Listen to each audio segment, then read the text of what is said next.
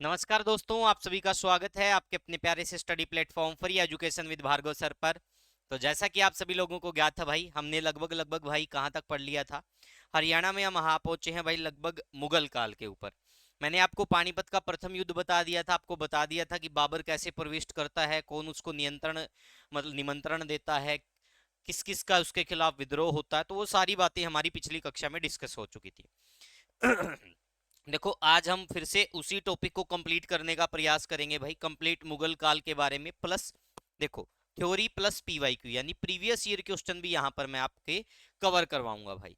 तो ध्यान से देखिएगा भाई, जो साथी लेट जुड़े हैं भाई उनको यही कहना चाहूंगा, प्रॉपर सीक्वेंस वाइज पढ़िएगा, पूरी डिटेल से आपको सारी चीजें करवाई जा रही हैं भाई। चलो अभी सेशन की शुरुआत करते हैं भाई। तो जिस भी बच्चे ने हमारे इस यूट्यूब चैनल को सब्सक्राइब ना किया हो, यूट्यूब चैनल को सब्सक्राइब कर लेना, और हमारे Telegram channel free education with Bhargav sir को जरूर ज्वाइन कर लेना भाई। ठीक है। तो चलो भाई, जो जितना मैंने अभी तक पढ़ाया है मैं थोड़ा उस बारे आप लोगों को बताऊंगा। उससे पहले देखिएगा, free education with Bhargav sir ये हमारा टेलीग्राम चैनल रहेगा भाई। ठीक है, आप इसको ज्वाइन कर सकते हो। ठीक है, सर्च कीजिएगा free education with Bhargav sir, आपको सबसे पहले यही टेलीग्राम चैनल देखने को मिलेगा और ज्वाइन कर लेना भाई। ठीक है। तो ये था हमारा भाई, रुकिएगा एक बार। ठीक है, चलो मैं आप लोगों को अभी बता देता हूँ हमने मुगल काल में क्या क्या पढ़ा था भाई। ठीक है, इससे पहले हमने सल्तनत काल पढ़ लिया था भाई। तो मुगल काल में हमने क्या क्या पढ़ लिया आपको, मैंने बताया था कि हरियाणा के अंदर या फिर पूरे भारत की जब भी बात आती है तो मुगल काल की जो शुरुआत है वो किसने की थी भाई। तो मुगल काल की जो शुरुआत है वो की थी बाबर ने भाई। किसने की थी भाई? बाबर ने। ठीक है। अब बाबर सबसे पहले, मैंने आपको बताया था पिछली कक्षा के अंदर भी, लगभग दिसंबर 1525 के अंदर क्या करता है, हरियाणा में प्रविष्ट करता है भाई। ठीक है, और उसको सबसे पहले रोकने का जो प्रयास करता है वो हमीद खां करता है, जो हिसार का फौजदार हुआ करता था। तो आपसे पूछा जा सकता है, बाबर को सबसे पहले रोकने का प्रयास हरियाणा के अंदर, बाबर को रोकने का प्रयास तो कौन करता भाई? बाबर को रोकने का प्रयास। तो बाबर को जो रोकने का प्रयास करता है वो कौन करता है? हमीद खां करता है भाई। ठीक है, हमीद खां। और ये हमीद खां क्या था भाई? ये हिसार का फौजदार था। क्या था भाई? ये हिसार का फौजदार। ठीक है, ये ध्यान रख लेना आप भाई, ये क्या था? हिसार का फौजदार। लेकिन ये हमीद खां क्या होता भाई? असफल होता है। तो इस प्रकार से बाबर फिर प्रवेश कर लेता है। अब बात आती कि बाबर को निमंत्रण कौन भेजता कि आप आइएगा, लड़िएगा। ठीक है, तो इसको जो निमंत्रण है वो निमंत्रण किसके द्वारा भेजा जाता है भाई? ये निमंत्रण भेजा जाता है किसके द्वारा? जो इब्राहिम लोदी का चाचा हुआ करता था भाई, उनके द्वारा। ठीक है, आलम खां और एक अलग से एक और थे भाई। कुछ इतिहासकार मानते हैं कि राणा सांगा ने इनको निमंत्रण भेजा था भाई। तो वो अलग अलग मत हो सकते हैं भाई। तो इनको निमंत्रण दिया गया, ये आए, इन्होंने युद्ध किया। ठीक है, सबसे पहले कब प्रविष्ट किए ये? तो ये इन्होंने प्रविष्ट करने का जो प्रयास किया वो कब किया था भाई? 16 दिसंबर 1525 को भाई। ठीक है, ये प्रविष्ट करने का प्रयास करते हैं भाई हरियाणा के अंदर या भारत के अंदर। इनका जो एक प्रकार से कह सकते अभियान शुरू होता है भाई। तो इसको सबसे पहले रोकने का प्रयास किया हमीद खान ने, यहां तक हमें पता चल गया। अब बात आती है कि भाई मुगल काल की शुरुआत किससे मानी जाती, किसने की थी भाई? बाबर ने की थी। तो ये प्रश्न आया भी हुआ था कि मुगल साम्राज्य की या फिर मुगल काल की जो शुरुआत है वो किस युद्ध से हुई थी भाई? तो पानीपत के प्रथम युद्ध से। अब मैं उस पानीपत के प्रथम युद्ध के बारे में बताऊंगा भाई। पानीपत का प्रथम युद्ध। तो आप मेरे को बताइएगा कि पानीपत का जो प्रथम युद्ध है भाई ये कब हुआ था? तो जो पानीपत का प्रथम युद्ध है ये हुआ था 21 अप्रैल 1526 को। कब हुआ था भाई? 21 अप्रैल 1526 को। तो ये आपसे पूछा जा सकता है पानीपत का प्रथम युद्ध कब हुआ था। तो पानीपत का प्रथम युद्ध हुआ था 21 अप्रैल 1526 को। किस किस के बीच हुआ भाई? बाबर वर्सेस इब्राहिम लोदी। किस किस के बीच हुआ भाई? बाबर वर्सेस इब्राहिम लोदी। ठीक है भाई। तो इसमें जीता कौन था? आप सभी को पता है इसमें जीत किसके हाथ लगी थी भाई? तो जीता कौन था? बाबर। तो हार किसकी हुई थी? इब्राहिम लोदी की। तो इब्राहिम लोदी को वहीं पर युद्ध स्थल पर ही मार दिया गया था भाई। तो इब्राहिम लोदी क्या था भाई? लोदी वंश का अंतिम शासक था जो युद्ध स्थल पर मारा गया। ठीक है भाई, कहां मारा गया था? युद्ध स्थल पर। ये मैं यहां पर लिख देता हूं, युद्ध स्थल पर मृत्यु। तो यहीं से एक प्रश्न बनता भाई, इब्राहिम लोदी का मकबरा। ठीक है, इब्राहिम लोदी का मकबरा कहाँ है? तो इसका मकबरा कहाँ हुआ भाई? पानीपत के अंदर। ठीक है भाई, कहाँ हुआ इसका मकबरा? पानीपत के अंदर इसका मकबरा हो गया। इस प्रकार के प्रश्न आपसे पूछे जाएंगे। अब आपसे पूछा जाएगा कि बाबर ने जो पानीपत का प्रथम युद्ध था, इसमें किस विधि का प्रयोग किया था? तो तुलुगमा विधि। तो बाबर ने इसमें किस विधि का प्रयोग किया था? तुलुगमा, तुलुगमा विधि। ठीक है भाई, आपसे पूछा जा सकता है किस विधि का प्रयोग हुआ? तुलुगमा विधि का प्रयोग हुआ। इसके अतिरिक्त भाई ये पहला ऐसा युद्ध था जिसमें गोला बारूद तोपखाना बंदूकें आदि का प्रयोग हुआ था। तो ये टेक्निकल युद्ध था भाई, आपसे पूछा जा सकता है इस युद्ध में क्या हुआ? गोला बारूद, ठीक है भाई, गोला बारूद तोप बंदूक, इन सभी का प्रयोग हुआ था भाई। तो ये इतिहास का पहला युद्ध माना जाता है जिसमें गोला बारूद तोपखाने और बंदूकों का प्रयोग हुआ था भाई। तो आपसे पूछा जा सकता है किन किन का प्रयोग हुआ? तो इन इनका प्रयोग हुआ। अब बात आती है जब तोप का वर्ड प्रयोग होता है, तो इस बाबर के दो तोपची हुआ करते थे भाई। बाबर के दो तोपची भाई, तो वो दो तोपची कौन कौन से थे भाई? उस्ताद अली और मुस्तफा। ठीक है भाई, दो तोपची कौन कौन थे भाई? उस्ताद अली और मुस्तफा। आपसे पूछा जा सकता है कि बाबर के दो प्रमुख, आपसे पूछेंगे कि बाबर के दो प्रमुख तोपची कौन थे? तो उस्ताद अली और मुस्तफा इसके दो प्रमुख तोपची हुआ करते थे। अब आपसे पूछेंगे कि बाबर की तरफ से मरने वाला योद्धा कौन था? तो बाबर की तरफ से जो मरने वाला योद्धा था भाई, यहां पर मैं लिख देता हूं मरने वाला योद्धा, मरने वाला योद्धा। तो बाबर की तरफ से मरने वाला जो योद्धा था वो था संधार या फिर संघार। ठीक है, बाबर की तरफ से मरने वाला योद्धा कौन था? संघार भाई। ठीक है, इतने सारे प्रश्न यहाँ से डायरेक्ट परीक्षा में पूछे जाते हैं, तो ये सब आपको ज्ञात होने चाहिए भाई। ये सारी चीजें लगभग हमने कवर कर ली। अब हम देखेंगे कि बाबर के खिलाफ क्या होता भाई, विद्रोह भी होते हैं। और बाबर जीतने के बाद आपको पता है, जब भी कोई राजा जीतता था, कोई शासक जीतता था, तो अपनी जीत की याद में बहुत सारी इमारतें कह सकते बना सकता है या किले का निर्माण कर सकता है। तो सेम ऐसा ही होता है, जो बाबर क्या करता भाई, बाबर जीत की याद में क्या बनाता भाई? जीत की याद में, जीत की याद में, तो ये जीत की याद में क्या बनवाता है यहाँ पर? काबुली बाग मस्जिद। ठीक है भाई, ये आपसे पूछा जा सकता है, जीत की याद में काबुली बाग मस्जिद। ठीक है, बहुत बार परीक्षा में पूछा जाता है कि जीत की याद में क्या बनवाता है? काबुली बाग मस्जिद का निर्माण करवाता है। यहां तक चीजें क्लियर? प्रथम युद्ध किस किस के बीच हुआ? मुगल काल की शुरुआत किसने की? पहली बार प्रविष्ट हुआ, रोकने का प्रयास किसने किया? युद्ध कितनी तारीख को हुआ? दो प्रमुख तोपची कौन थे? जीता कौन था? किस विधि का प्रयोग हुआ? बाबर की तरफ से मरने वाला योद्धा कौन था? गोला बारूद तो बंदूकों का प्रयोग किस युद्ध में हुआ?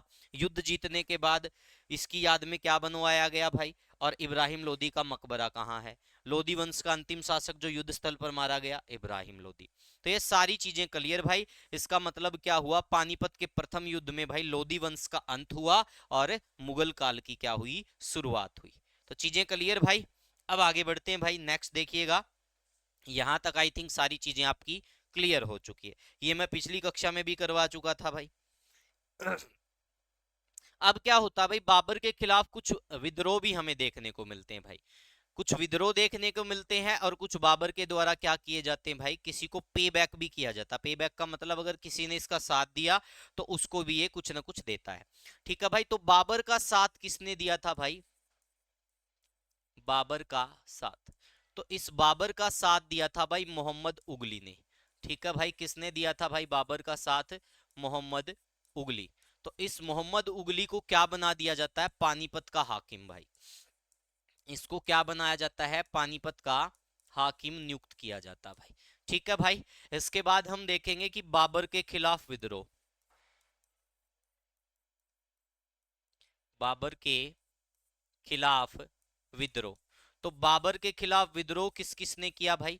तो बाबर के खिलाफ विद्रोह देखने को मिलता है एक तो हसन खां मेवाती का भाई। किसका विद्रोह हमें देखने को मिलता भाई? हसन खां मेवाती का। ध्यान से देखिएगा भाई, हसन खां मेवाती। तो बाबर के खिलाफ हसन का खां मेवाती क्या करता है, 1527 में लगभग 17 मार्च 1527 को विद्रोह कर देता भाई, और इस विद्रोह को दबा दिया जाता भाई, ये पराजित हो जाता है। अब उसके बाद बाबर के खिलाफ एक विद्रोह किया जाता है मोहन सिंह मंडार के द्वारा। किसके द्वारा किया जाता है, मोहन सिंह मंडार। ठीक है भाई, तो ये आपसे पूछा जा सकता है। ये कैथल के एक परगने का सरदार हुआ करता था भाई, कैथल परगने का सरदार भाई। ठीक है, तो इसके द्वारा क्या कर दिया जाता है, विद्रोह कर दिया जाता है। पहले इस विद्रोह को दबाने के लिए, पहले विद्रोह दबाने के लिए, ठीक है भाई, पहले विद्रोह दबाने के लिए कौन जाता भाई, अली कुली हेमदान को भेजा जाता है। किसको भेजा जाता है भाई, अली कुली, अली कुली हेमदान। तो ये अली कुली हेमदान क्या होता भाई, ये असफल होता है। फिर इसके बाद किसको भेजा भेजा जाता भाई, इसके बाद, नहीं बेटा नहीं नहीं नहीं नहीं नहीं नहीं नहीं, मम्मा इस ना लेके जाइयो।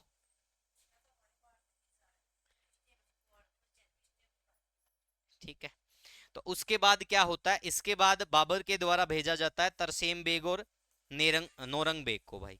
किसको भेजा जाता है, तरसेम बेग और नौरंग बेग को। ठीक है भाई, तो फिर ये क्या करते हैं, ये इस विद्रोह को दबा देते हैं और मोहन सिंह मंडार पराजित हो जाता भाई। ठीक है भाई, इसके बाद किसको भेजते हैं, तरसेम बेग और नौरंग बेग को भाई, और ये दोनों क्या कर देते हैं, मोहन सिंह मंडार को पराजित कर देते हैं, और ये विद्रोह यहीं पर समाप्त हो जाता है।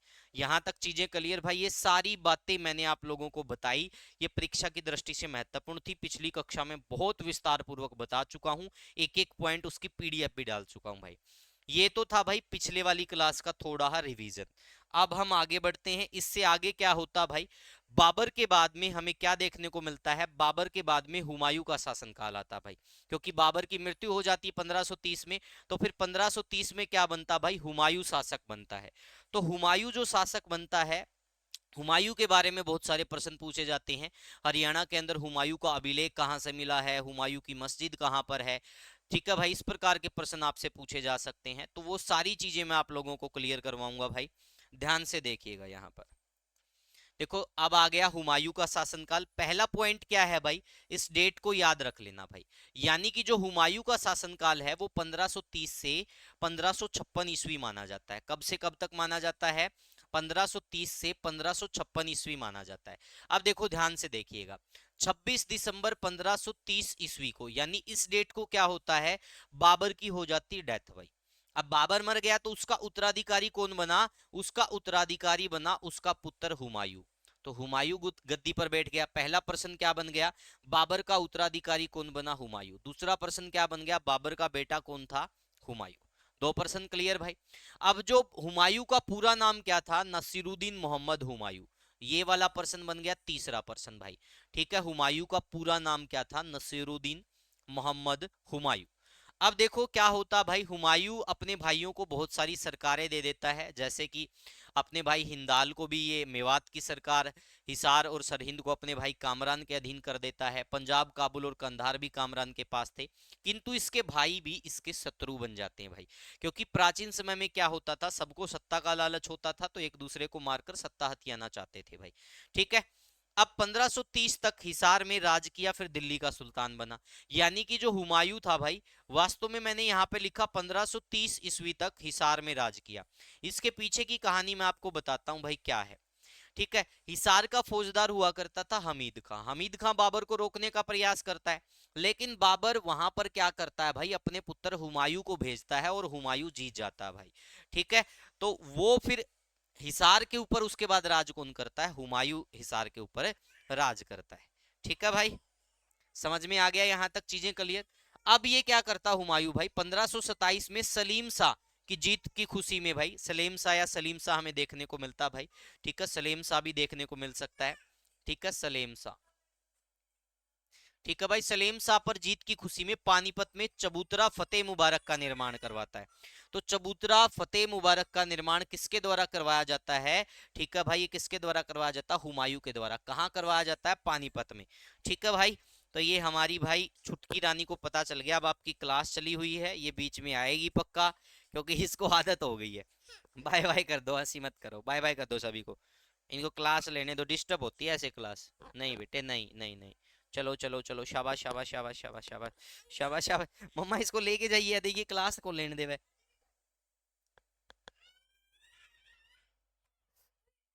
अरे लग गया लग गया, कोई ना कोई ना कोई ना। ठीक है, यहाँ तक चीजें क्लियर भाई। उसके बाद देखिएगा, 27 जून 1539 में चौसा के युद्ध में बिहार में शेरखां, शेरखां यानी कि शेरशाह सूरी का जो नाम था, ठीक है भाई, वो क्या था, शेरखां भी था भाई। ठीक है, क्योंकि ऐसी बहुत सारी कल्पनाएं हैं या फिर सच्चाई है कि इन्होंने शेर का शिकार किया था बचपन में, इसलिए इनके पीछे शेर से सूरी वर्ड बना। तो इस प्रकार की चीजें हैं भाई। इनके हाथों पराजय हुई। 1540 में कन्नौज के युद्ध में फिर से शेरशाह सूरी के हाथों इनको पराजय झेलनी पड़ी और अपनी जान बचाते हुए फतेहाबाद में कुछ दिन शरण ली।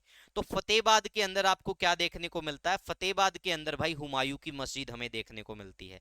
तो यहाँ पर आपको बहुत इंपॉर्टेंट प्रश्न है, आपसे पूछा जाए कि हुमायूं की मस्जिद भाई, हुमायूं की मस्जिद कहाँ है, तो ये फतेहाबाद के अंदर है। यहां से दो प्रश्न पूछे जा सकते हैं कि हरियाणा के अंदर हुमायूं का अभिलेख कहां से प्राप्त हुआ है। तो मैं यहां पर लिख देता हूं, हरियाणा में हुमायूं का अभिलेख, हुमायूं का अभिलेख। तो हरियाणा में हुमायूं का जो अभिलेख है वो कहाँ प्राप्त हुआ है भाई, फतेहाबाद के अंदर। और फतेहाबाद के अंदर अगर कोई जगह पूछ लिया जाए तो संत मीर शाह की मजार भाई। ठीक है, क्योंकि ऐसा भी मानते हैं कि जहां पर ये मिला है वो संत मीर शाह की मजार है भाई। ठीक है, तो आपसे ये भी पूछ सकते हैं कहां पर मिला है ये, तो ये मिला है भाई संत मीर शाह की मजार में। ठीक है भाई, संत मीर शाह की मजार।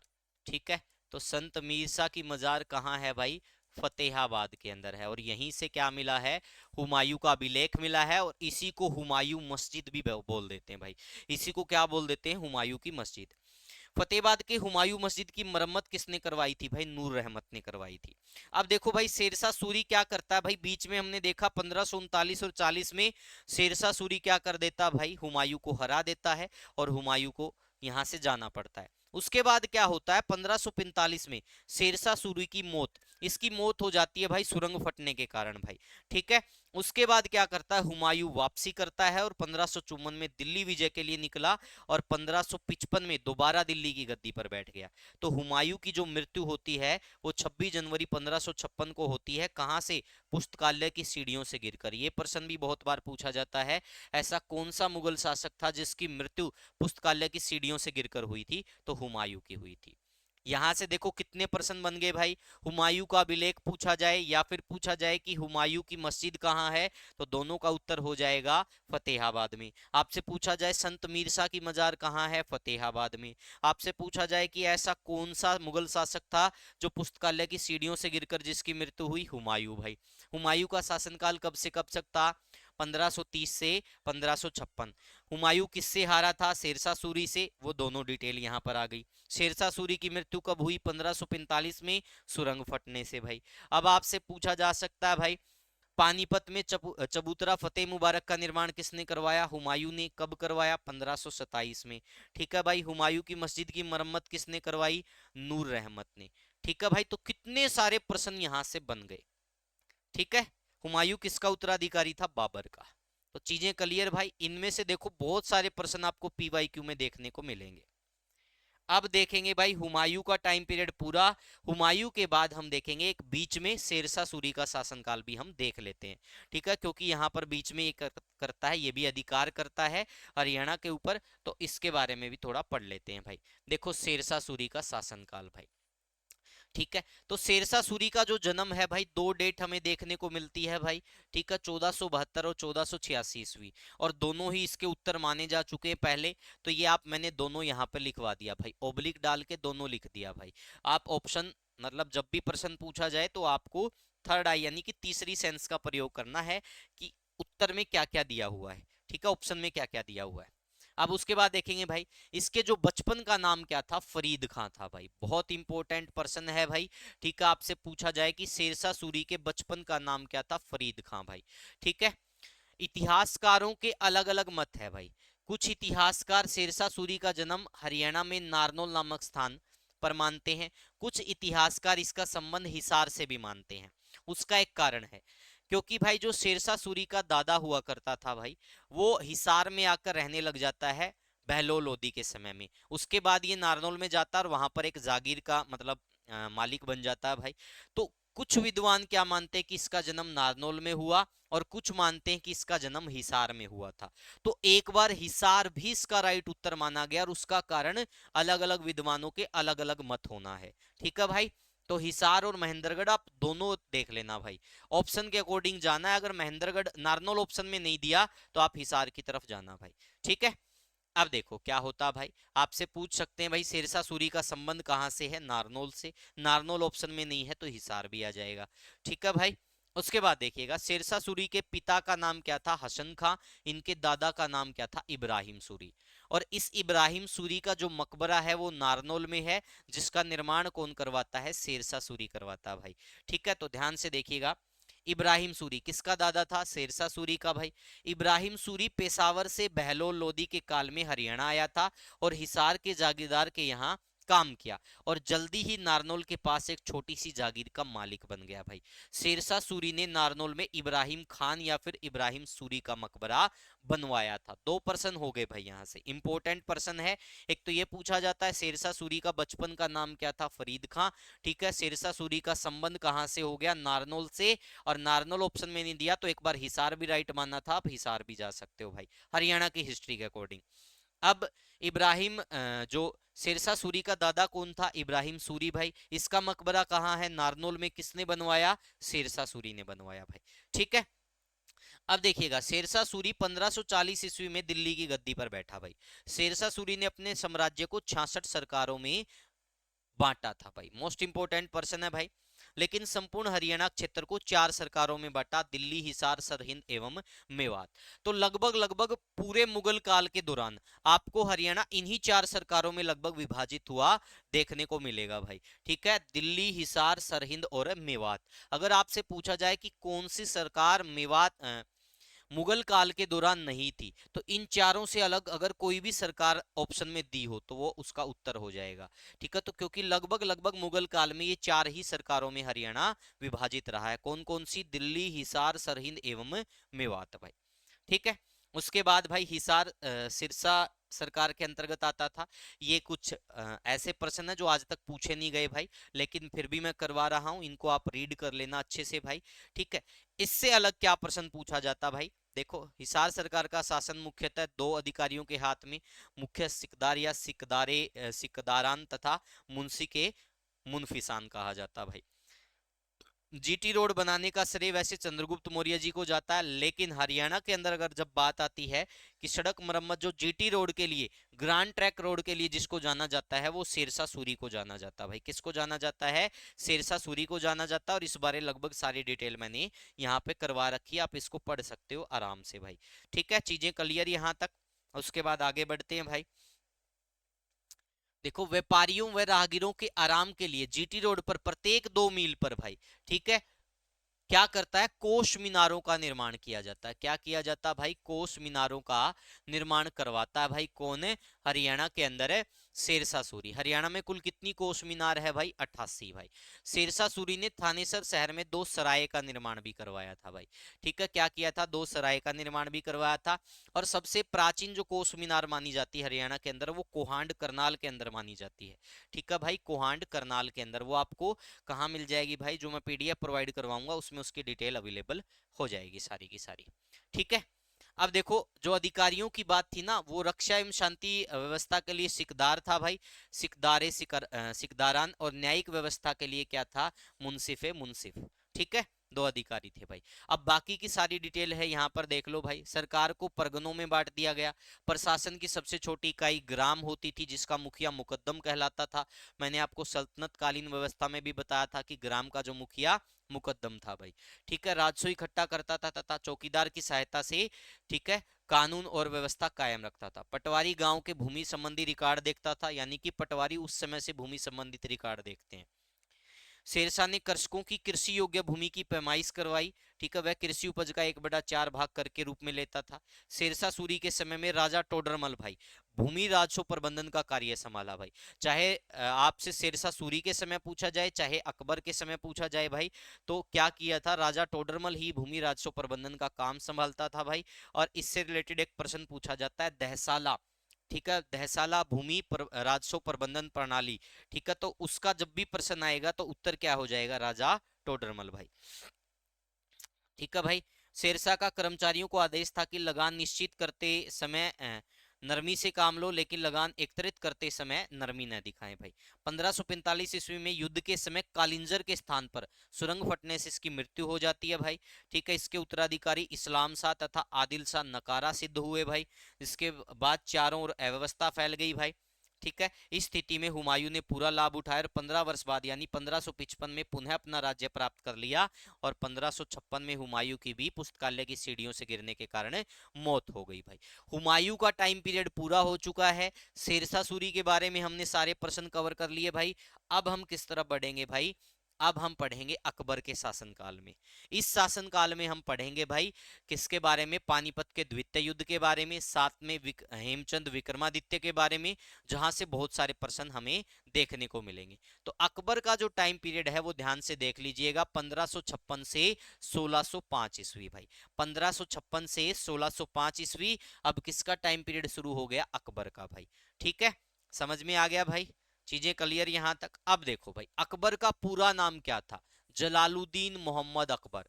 ठीक है भाई, एक नाटक भी आता था, सीरियल आता था भाई अकबर के बारे में, तो उस समय आपने देखा ही होगा, जलालुद्दीन के नाम से भी उसको पुकारते थे। तो जलालुद्दीन मोहम्मद अकबर क्या था, इसका पूरा नाम था, किसका, अकबर का भाई। अब देखो 13 वर्ष की आयु में क्या होता भाई, उसके संरक्षक बैरम खान है। पहला प्रश्न बन गया कि अकबर का संरक्षक कौन था, तो अकबर का संरक्षक कौन हो गया भाई, बैरम खान। ठीक है भाई। 13 वर्ष की आयु में क्या होता है, इसका राज्याभिषेक हो जाता है, कब, 14 फरवरी 1556 को। कहां पर, कलानौर पंजाब में अकबर का राज्य अभिषेक कर दिया जाता भाई। ठीक है, किसके द्वारा किया जाता भाई, इसके संरक्षक बैरम खां के द्वारा किया जाता भाई। ठीक है, पानीपत के दूसरे युद्ध में जीतकर दिल्ली की गद्दी पर बैठा अकबर का प्रशासनिक ढांचा शेरशाह सूरी के प्रशासन के जैसा ही था, जिसमें प्रशासन केंद्र यानी प्रशासक बादशाह, ठीक है भाई, सूबा प्रशासक सूबेदार, सरकार प्रशासक फौजदार, परगना प्रशासक सिकदार और गांव परंपरागत प्रशासन में बटा हुआ था।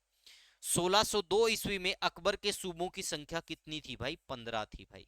ठीक है भाई, तो अभी पानीपत का द्वितीय युद्ध है, उसके बारे में सारी डिटेल अगली स्लाइड पर करवाई जाएगी। एक बार थोड़ा मोटा मोटा पढ़ लीजिए, किसके बारे में, अकबर के बारे में भाई। अब देखो, अकबर अपने पूरे क्षेत्र को सूबों में बांटता भाई, जिसमें हरियाणा, बहुत बड़ा भाग हरियाणा का दिल्ली सूबे में आता था और कुछ भाग आगरा सूबे के अंतर्गत आता था भाई। यहां से प्रश्न आया हुआ है प्रीवियस एग्जाम में भाई, तो ध्यान रख लेना सही गलत वाला भाई। ठीक है, तो आप देख लेना, हरियाणा का बहुत बड़ा भाग किस सूबे के अंतर्गत आता था, दिल्ली सूबे के अंतर्गत, और कुछ भाग आगरा सूबे के अंतर्गत भी आता था। अकबर काल में रोहतक, सोनीपत, रेवाड़ी, जींद क्षेत्र दिल्ली सूबे के हिसार इक्ते का हिस्सा थे और मेवात व नारनौल का क्षेत्र आगरा सूबे के अधीन था भाई। ठीक है, मेवात और नारनौल आगरा सूबे के अधीन और रोहतक, सोनीपत, रेवाड़ी, जींद क्षेत्र दिल्ली सूबे का जो हिसार इक्ता था उसका हिस्सा थे भाई। ठीक है, अकबर के काल में थानेसर में सूफी संत शेख जलाल और चिश्ती संत हजरत जलालुद्दीन थे भाई। इसके 9 दरबारी हुआ करते थे, जिनको नवरत्न कहते हैं, वो सारी चीजें हैं भाई। बीरबल हो गया, ठीक है, महेशदास नाम था, विशेष सलाहकार टोडरमल, राजस्व प्रबंधन वित्त मंत्री, तानसेन संगीतज्ञ, मानसेन मानसिंह प्रधान सेनापति, अबुल फजल भाई, अबुल रहीम खाने खाना, शेख अबू अल फैजी, मुल्लाह दो पियजा, ठीक है भाई, और फकीर अजियुद्दीन। तो ये सारे के सारे क्या थे भाई, ये नवरत्न कहलाते थे भाई, जो किसके दरबार में हुआ करते थे, अकबर के दरबार में हुआ करते थे भाई। यहां तक चीजें क्लियर, सब समझ में आ गया भाई। इसके अतिरिक्त भाई आगे देखते हैं भाई। ठीक है, इस अकबर के समय में क्या होता था भाई, हरियाणा के अंदर जलाली सिक्के भाई। ठीक है, आपसे पूछा जा सकता है जलाली सिक्के भाई, जलाली सिक्कों का निर्माण कहाँ होता था, तो हरियाणा में जलाली सिक्के भाई कहाँ घड़े जाते थे, तो जलाली सिक्के नारनौल में घड़े जाते थे। ठीक है भाई, कहाँ घड़े जाते थे, नारनौल में भाई। ठीक है, अगर नारनौल में पूछा जाए कि किस स्थान पर तो सॉरी नारनौल अगर ये पूछा जाए भाई किसके समय में, तो अकबर के समय में। आपसे पूछे कि जलाली सिक्के हरियाणा में कहाँ घड़े जाते थे, तो अकबर के समय नारनौल में हरियाणा के अंदर जलाली सिक्के घड़े जाते थे। ठीक है भाई, चीजें क्लियर, यहाँ तक सारी चीजें बिल्कुल क्लियर कट चल रही है भाई। ठीक है, एज इट इज प्रश्न पूछे जाते हैं, लंबा चौड़ा कुछ भी नहीं है इसमें, सिंपल आ तरीका, आराम से पढ़ो भाई। ठीक है, पानीपत की दूसरी लड़ाई कब हुई भाई, 5 नवंबर 1556 को भाई। आपसे एक्यूरेट डेट पूछ सकते हैं। पहली लड़ाई 21 अप्रैल 1526 को, पानीपत की दूसरी लड़ाई कब हुई, 5 नवंबर 1556 को भाई। ठीक है, अब देखिएगा, दिल्ली पर हेमू के अधिकार की सूचना मिलते ही मुगल सरदारों में खलबली मच गई भाई। और बैरम खां ने, बैरम खां क्या था भाई, अकबर का संरक्षक था, मुगल सरदारों को हेमचंद्र से युद्ध करने के लिए, अपने अक्षेत्र पुनः प्राप्त करने के लिए प्रेरित किया और सभी को थानेसर में एकत्रित होने के लिए कहा। मोस्ट इंपोर्टेंट पर्सन भाई। ठीक है, ये प्रश्न काफी बार परीक्षा में पूछा गया है कि कहां पर एकत्रित होने के लिए कहा गया हेमचंद्र से युद्ध करने के लिए, सबसे पहले थानेसर में भाई। ठीक है, अब क्या होता है, 5 नवंबर 1556 को पानीपत के मैदान में हेमू और अकबर की सेनाओं में भयंकर युद्ध हुआ भाई। ठीक है, किसके बीच भाई, वैसे जो ये युद्ध हुआ था भाई, अकबर की उम्र छोटी थी। ठीक है, हेमू और बैरम खां के बीच में हुआ था। हेमू और अकबर का संरक्षक जो था बैरम खां, उसके मध्य ये युद्ध हुआ था भाई। ठीक है, हेमू का पलड़ा भारी नजर आ रहा था, उसकी जीत लगभग निश्चित थी, लेकिन दुर्भाग्य से जो एक तीर होता है वो हेमू की आंख में जाके लग जाता है। ठीक है भाई, मूर्छित हो जाता है, चेतना वापस लौटने पर हेमू ने आंख से तीर निकाला, युद्ध में जुट गया, लेकिन हेमू को बंदी बनाकर उसका वध कर दिया गया। तो आपसे पूछा जा सकता है हरियाणा में हेमू की समाधि कहां पर है। ठीक है भाई, हरियाणा में हेमू की समाधि, तो हरियाणा में हेमू की समाधि कहाँ है भाई, ठीक है, सैदापुर गांव में है, पानीपत के अंदर भाई। तो ये आपसे पूछा जा सकता है कहाँ है, सैदापुर पानीपत के अंदर भाई। ठीक है, हेमू के सिर को बैरम खान ने काबुल में लोहे के द्वार पर टंगवा दिया। तो ये चीजें थी भाई। ठीक है, हेमचंद्र के बारे में इतिहासकार कहते हैं कि राणा सांगा को छोड़कर अन्य किसी भी हिंदू योद्धा के शरीर पर युद्ध स्थलों में मिले इतने वीरतापूर्ण घाव नहीं थे। ठीक है, इतिहासकारों का मानना था कि जो हेमचंद्र विक्रमादित्य था वो दिल्ली का अंतिम हिंदू सम्राट हुआ करता था भाई। ठीक है, अब देखो क्या होता है, हेमू के वध के बाद उसके 80 वर्षीय पिता, इसके पिता का क्या नाम था, राय पूर्णदास। तो राय पूर्णदास क्या करता है भाई, राय पूर्णदास भाई व्यापार के उद्देश्य से रेवाड़ी में आता है। ठीक है, तो आपसे पूछा जा सकता है हेमू के बारे में भी कि हेमू क्या करता था, तो हेमू भाई इसका पिता व्यापारी था, तो ये भी व्यापारी ही कहलाएगा भाई। ठीक है, तो आपसे पूछा जा सकता है हेमू क्या था, व्यापारी। ठीक है भाई, तो ये सारी चीजें भाई, इन्होंने इस्लाम स्वीकार नहीं किया, इनको मृत्युदंड दे दी गई भाई। पानीपत की इस विजय के बाद अकबर की सेनाओं ने हरियाणा पर अधिकार कर लिया। तो पानीपत का दूसरा युद्ध किसने जीता, अकबर ने जीता। हार किसकी हुई, हार हुई हेमू की भाई। अब हम हेमू के बारे में थोड़ा पढ़ेंगे भाई, हेमू को क्या कहा जाता है। ठीक है भाई, आपसे पूछा जा सकता है हेमू की हवेली कहाँ पर है, बाकी मैं ये चीजें करवा चुका हूँ सारी की सारी भाई, फिर भी दोबारा से मैं आप लोगों को थोड़ा बता देता हूँ भाई। देखो हेमू यानी कि हेमचंद्र विक्रमादित्य भाई।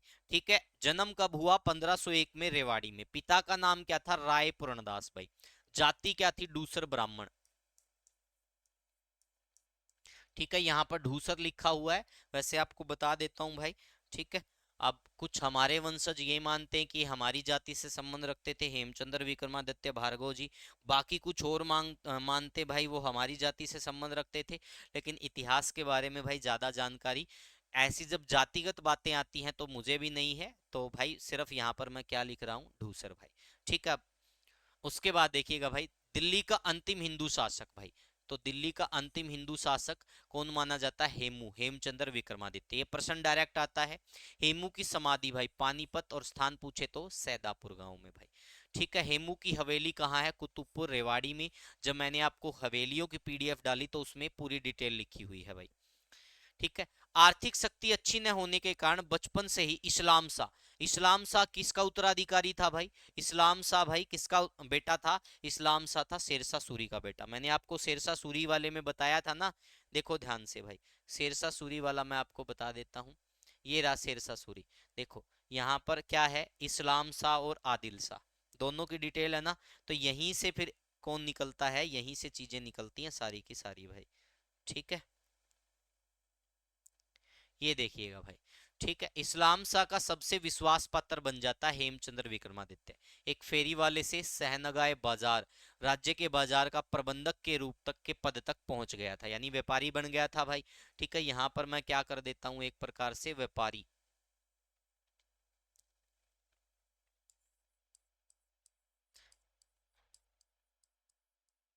समझ में आ गया भाई। तो ये इस्लाम शाह का विश्वास पात्र बन गया। ठीक है भाई। इस्लाम शाह की मृत्यु के बाद आदिल शाह शासक बना, और आदिल शाह के समय में क्या होता है, हेमू प्रधानमंत्री बन जाता है भाई। आदिल शाह का क्या बन जाता है, प्रधानमंत्री। आपसे पूछा जा सकता है किस पद पर था ये, आदिल शाह के समय प्रधानमंत्री के पद पर था भाई। आदिल शाह की कमजोरी का लाभ उठाते हुए अनेक सामंत सरदार उसके विरुद्ध खड़े हो गए। इन पर नियंत्रण करने के लिए हेमू ने कुल 22 युद्ध लड़े और सभी जीते, इसलिए हेमू को मध्यकालीन भारत का नेपोलियन कहा जाता है। मोस्ट इंपोर्टेंट पर्सन है भाई। मध्यकालीन भारत का नेपोलियन किसको कहा जाता है, हेमू को कहा जाता है भाई। ठीक है। हुमायूं की मृत्यु के पश्चात आदिल शाह ने हेमू को दिल्ली के सिंहासन पर अधिकार करने भेजा, और हेमू आगरा पर आक्रमण करके आगरा किला जीत लिया। हेमू ने 7 अक्टूबर 1556 को तुगलकाबाद के पास हुए युद्ध में मुगल सेनापति तारदी बेग की सेना हराकर दिल्ली पर अधिकार कर लिया। इस युद्ध को दिल्ली का युद्ध या फिर दिल्ली के लिए युद्ध कहा जाता है। दिल्ली में प्रविष्ट होते ही हेमचंद्र ने शाही छत्र के नीचे बैठकर महाराजा विक्रमादित्य की उपाधि के साथ खुद को भारत का सम्राट घोषित किया। तो आपसे पूछा जा सकता है विक्रमादित्य की उपाधि किसने ग्रहण की भाई, हेमचंद्र विक्रमादित्य ने। कब इसको अपने आप को सम्राट घोषित किया, 7 अक्टूबर 1556 को। सारे प्रश्न बनते हैं टू Z, आपको प्रीवियस ईयर में दिखाऊंगा भाई। ये स्लाइड पढ़ लो 5 से 7 भाई। जब आप PYQ लगाओगे टिप्स पे, चुटकियों पे याद होंगे सारे क्वेश्चन, आपको होंगे ये तो कि सारे पढ़े हुए हैं भाई। ठीक है, हर एक चीज आपको क्लियर कट मिलेगी। आगे देखिएगा भाई, 1564 में अकबर ने हिंदुओं की संतुष्टि के लिए तीर्थ यात्रा पर लगने वाले जजिया कर को समाप्त कर दिया भाई। ठीक है, अकबर ने शेरशाह के राजस्व प्रणाली में सुधार करके टोडरमल की नई भूमिकर व्यवस्था लागू की, जिसे जब्ती प्रणाली या फिर टोडरमल का बंदोबस्त या फिर आईने 10 साला। ठीक है भाई, ये 10 साला लिखा हुआ है, बहुत सारी जगह यह 10 साला भी होता है भाई। बहुत सारी जगह इसको क्या कहा जाता है, 10 साला भी कहा जाता है किताबों के अंदर। ठीक है भाई। अकबर काल में हिसार सरकार दिल्ली सूबे के अधीन 31 महल आते थे। कितने महल आते थे, 31 महल भाई। रेवाड़ी स्थित लाल मस्जिद का निर्माण किसके काल में हुआ, अकबर के काल में। सीधा प्रश्न आता है, रेवाड़ी की लाल मस्जिद किसके शासनकाल में बनी थी, तो अकबर के शासनकाल में। रेवाड़ी की लाल मस्जिद किसके शासनकाल में बनी, अकबर के शासनकाल में। हिसारे फिरोजा से फिरोजा शब्द हटाया, अकबर के काल में भाई। ब्रिज भाषा के सबसे बड़े कवि सूरदास किसके समकालीन थे, अकबर के भाई। आपसे पूछते हैं भाई सूरदास किसके समकालीन थे भाई, अकबर के। 1582 से 1605 ईस्वी तक दीन इलाही नामक धर्म चलाया भाई अकबर ने। अब अकबर का कार्यकाल समाप्त, फिर अकबर के बाद कौन शासक बनता है, जहांगीर भाई। अब उसके बारे में देखेंगे। यहां तक चीजें क्लियर भाई। चल देखिएगा भाई, ये कुछ और पॉइंट है। अकबरनामा और आईने अकबरी की रचना किसने की, अबुल फजल ने की थी। पानीपत की दूसरी लड़ाई 1556 में अकबर का साथ सिकंदर सूरी ने दिया था भाई। ठीक है। शेख मूसा की मजार या दरगाह को किसने बनवाया, अकबर ने बनवाया। अकबर ने बीरबल को कविराय की उपाधि दी। अकबर के तोपखाने का कमांडर क्या था, अली कुली खान सबानी। मुगल दरबार के प्रमुख अधिकारी क्या थे भाई, सरकार, काजी, कोतवाल और फौजदार भाई। परगना के सिकदार या फौजदारी, आमिल, दीवानी मामलों के भाई। ठीक है, तो ये सारे के सारे पद थे। अब बात आती जहांगीर की भाई। ठीक है, सलीम यानी कि अब किसके बारे में भाई, हम जहांगीर यानी सलीम के बारे में पढ़ेंगे भाई। इसका जो कार्यकाल है 1605 से 1627 भाई। ठीक है, टोटल 22 वर्ष का जो कार्यकाल रहेगा भाई, उसमें देखते हैं क्या क्या घटनाएं होती है। एक तो हरियाणा के अंदर प्लेग की बीमारी फैली थी भाई। ठीक है, जहांगीर ने हरियाणा में वृक्ष लगाने के भी आदेश दिए थे। जहांगीर के समय में एक न्याय की घंटी भी हुआ करती थी, न्याय जंजीर भाई। एक क्या होता है, 1607 में जहांगीर का खंचांजी हुआ करता था शेख फरीद, उसने क्या किया था भाई, फरीदाबाद को बसाया था। तो इस प्रकार के प्रश्न आपको देखने को मिलेंगे। ध्यान से देखिएगा, 1605 में अकबर की मृत्यु के पश्चात उसका पुत्र सलीम जो जहांगीर के नाम से शासक बना भाई। इसकी पत्नी नूरजहां, नूरमहल, मेहरुसीना। फरीदाबाद नगर को 1607 ईस्वी में जहांगीर के समय सूफी संत फरीद खान ने बसाया था भाई। मोस्ट इंपोर्टेंट पर्सन है भाई, बार बार परीक्षा में आता है। ठीक है भाई। और यही फरीद का था जिसने हरियाणा के अंदर क्या किया था, चिश्ती सिलसिला शुरू किया था। ठीक है भाई। इसका पूरा नाम क्या था फरीद खां का, फकरुद्दीन सकरागंज भाई। ठीक है, इसने हरियाणा के अंदर चिश्ती सिलसिले की शुरुआत की थी। किसने, फरीद खान ने। ठीक है भाई। और इसकी जो वाणियां हैं उनका स्थान तो आपको गुरु ग्रंथ साहिब में भी देखने को मिलता है। शेख फरीद की जो वाणियां हैं उनको गुरु ग्रंथ साहिब में भी स्थान दिया गया है। ठीक है।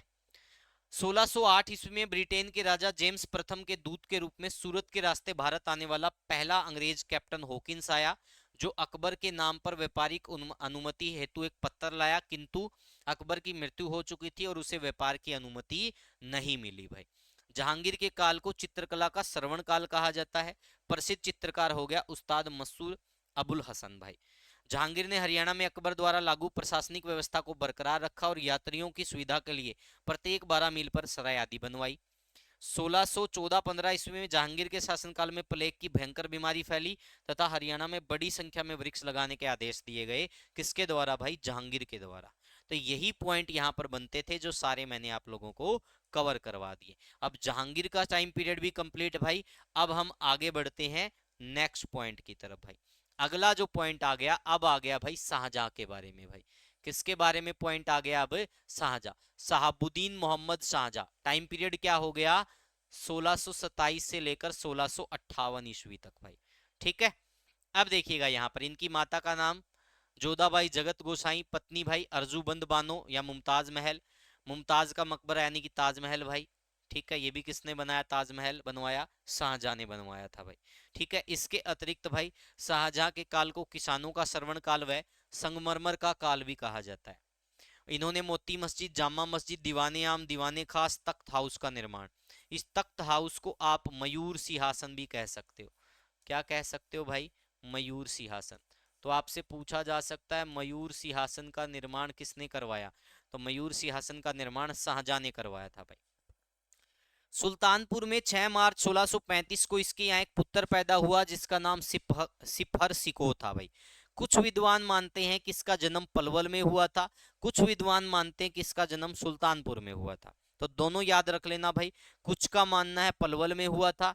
ठीक है भाई। कुछ का क्या मानना है कि ये पलवल में हुआ था भाई, और कुछ का क्या मानना है ये सुल्तानपुर में हुआ था। ठीक है। तो यहाँ पर मैं स्टार मार्क कर देता हूँ, ध्यान रख लेना भाई। कुछ का क्या मानना है पलवल में हुआ था और कुछ का क्या मानना है कि सुल्तानपुर में हुआ था। ठीक है। इसका ज्येष्ठ पुत्र दारा सिको था भाई। दारा सिको बड़ा संत आदमी था भाई। ठीक है।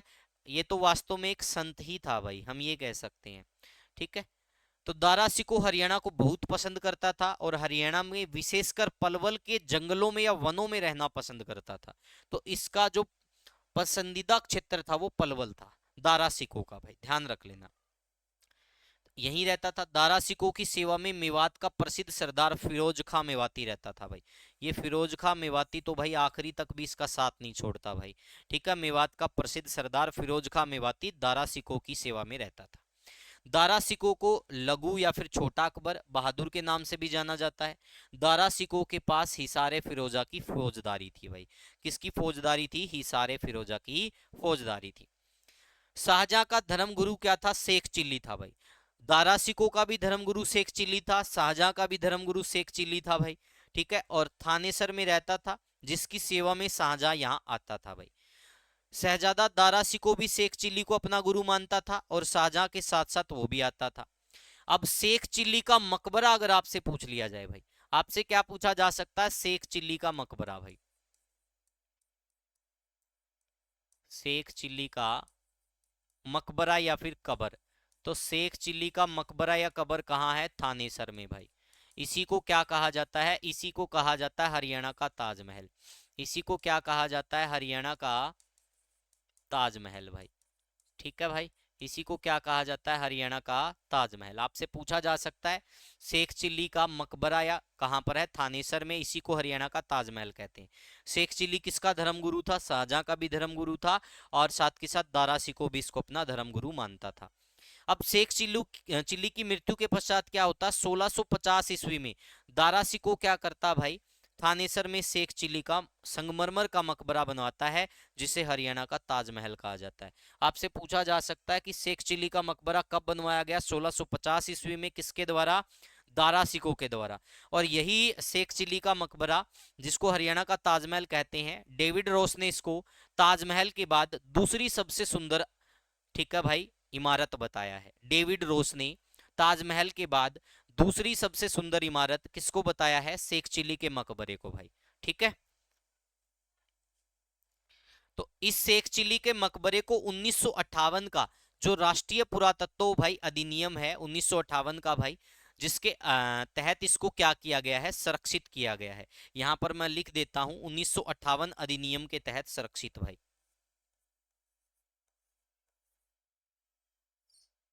एक सेकंड रुकिएगा भाई, यहां पे मैं लिख देता हूं 1958 अधिनियम के तहत संरक्षित। ठीक है भाई, तो आपसे पूछा जा सकता है 1958 अधिनियम के तहत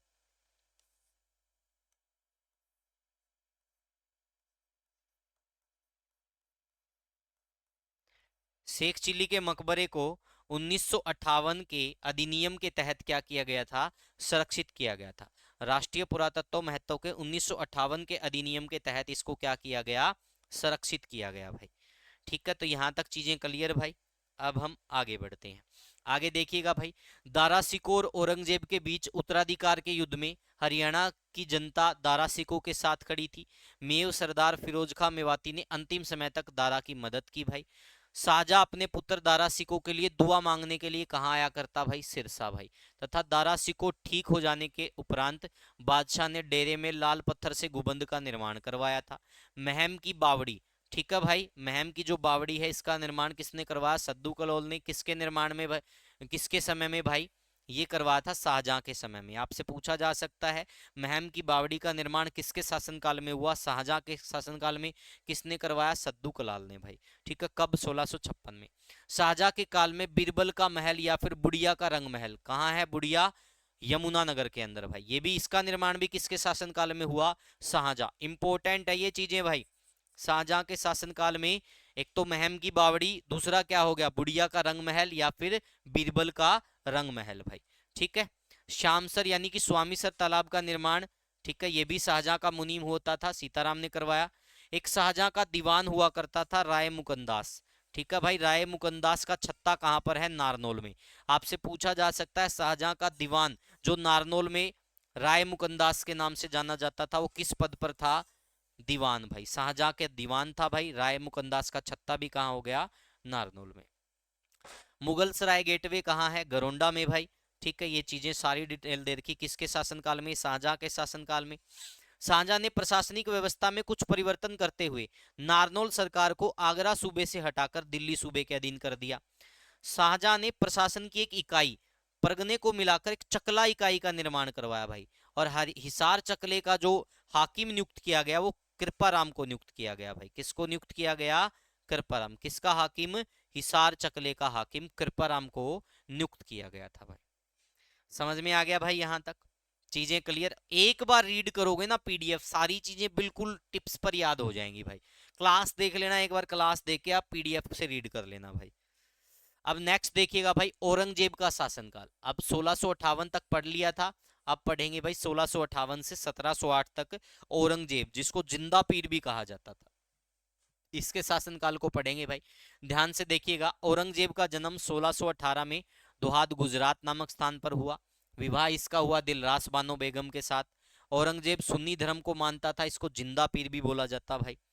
ठीक है, 1658 में औरंगजेब मुगल सम्राट बना भाई। हरियाणा से काफी नाराज था, बहुत सारे कर हरियाणा के ऊपर लगाए इसने भाई। ठीक है, अब अधिक करोपण के कारण व धार्मिक पक्षपात के कारण हरियाणा के लोग औरंगजेब के विरुद्ध हो गए। इसमें से देखो भाई, औरंगजेब के खिलाफ कौन थे भाई? सावलिया मेव भाई। जो सावलिया मेव था भाई, ये क्या करते थे? गुरिल्ला पद्धति से आक्रमण करते थे, यानी कि छिपकर वार करना, गुरिल्ला की तरह भाई। तो ये भी आपसे पूछा जा सकता है कि औरंगजेब के खिलाफ किसने विद्रोह किया? सावलिया मेव ने भाई। मेवों की सेना का सामना करना पड़ा भाई। सावलिया मेव की युद्ध प्रणाली गुरिल्ला आक्रमण से थी। औरंगजेब के समय में एक हाथी सिंह बड़गुजर हुआ करते थे जो लूटपाट का काम करते थे। अब औरंगजेब क्या करता है भाई? औरंगजेब नंदराम की सहायता से क्या करता है भाई? हाथी सिंह बड़गुजर को पकड़ लेता है और नंदराम को रेवाड़ी के आसपास की चौधराहट दे देता है। ठीक है भाई। और हाथी सिंह को इस शर्त पर रिहा किया जाता है कि वे सावलिया मेव को नष्ट करेगा भाई। ठीक है। तो अब देखो, आपसे पूछा जाए कि औरंगजेब के विरुद्ध विद्रोह किस किसने किया? सावलिया मेव ने भी किया भाई, हाथी सिंह बड़गुजर ने भी किया।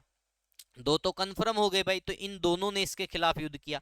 एक औरंगजेब के विरुद्ध सतनामी थे। तो प्रश्न में पूछा जा सकता औरंगजेब के खिलाफ विद्रोह करने वाले कौन थे? सावलिया मेव, ठीक है भाई, हाथी सिंह बड़गुजर और सतनामी। तो उत्तर उपरोक्त तीनों हो जाएगा क्योंकि तीनों ने इसके खिलाफ विद्रोह किया था भाई। ठीक है। पहले क्या होता भाई? सावलिया मेव इसके खिलाफ होते हैं। ठीक है। गुरिल्ला पत्ती का प्रयोग करते हैं। फिर हाथी सिंह बड़गुजर भी लूटपाट करता है, औरंगजेब के खिलाफ होता है।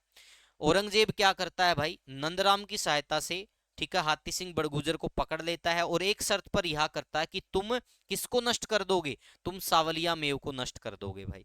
ठीक है। और नंदराम को क्या दे देता है? रेवाड़ी के आसपास की चौधराहट दे देता है। अब औरंगजेब के शासनकाल में अहीर शासन की स्थापना किसने की? नंदराम अहीर ने भाई। किसने की थी भाई? नंदराम अहीर ने भाई।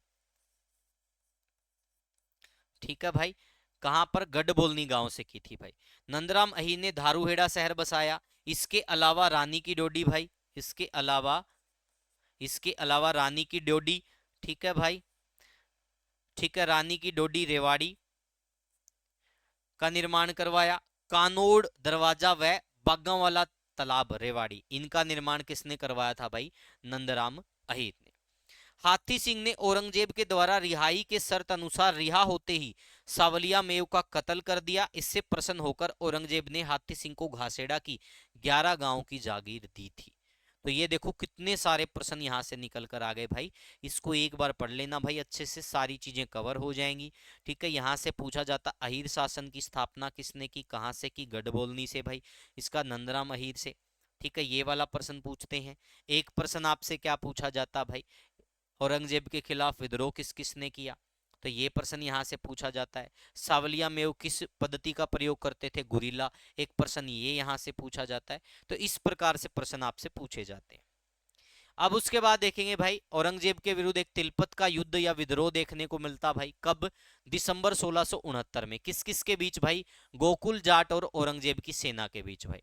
ठीक है। मुगल सेना का नेतृत्व मथुरा के फौजदार हसन अली तथा उनके पेशकार शेख रजुद्दीन भागलपुर तथा किसान सेना का नेतृत्व कमांडर गोकुला ने किया था। इस युद्ध में औरंगजेब सेना विजयी रही भाई। ठीक है। तो ये वाला पॉइंट हो गया हमारा क्लियर कि तिलपत का युद्ध कब हुआ, कौन जीता। ठीक है भाई। तो जाट जो किसान नेता कह सकते हैं या फिर, ठीक है, जाट नेता गोकुला भाई। उसके बाद देखेंगे सतनामी विद्रोह। सतनामियों का विद्रोह कब हुआ? 1672 में भाई। संत वीरभान ने 1543 में नारनौल में सतनामी पंथ की स्थापना की थी भाई। 1672 में सतनामियों ने औरंगजेब के फौजदार ताहिर खां और उनके सैनिकों को हरा दिया भाई। 1672 में सतनामियों ने नारनौल और उसके आसपास के क्षेत्र में अपना अधिकार कर लिया भाई। उसके बाद क्या होता है? 1672 में औरंगजेब बादशाह जादा मोहम्मद अकबर और अहमद खान ने सतनामियों पर आक्रमण किया और तिमले आसमानियों की हार हुई भाई। ठीक है। सतनामियों की क्या हो गई भाई? इसमें हार हुई।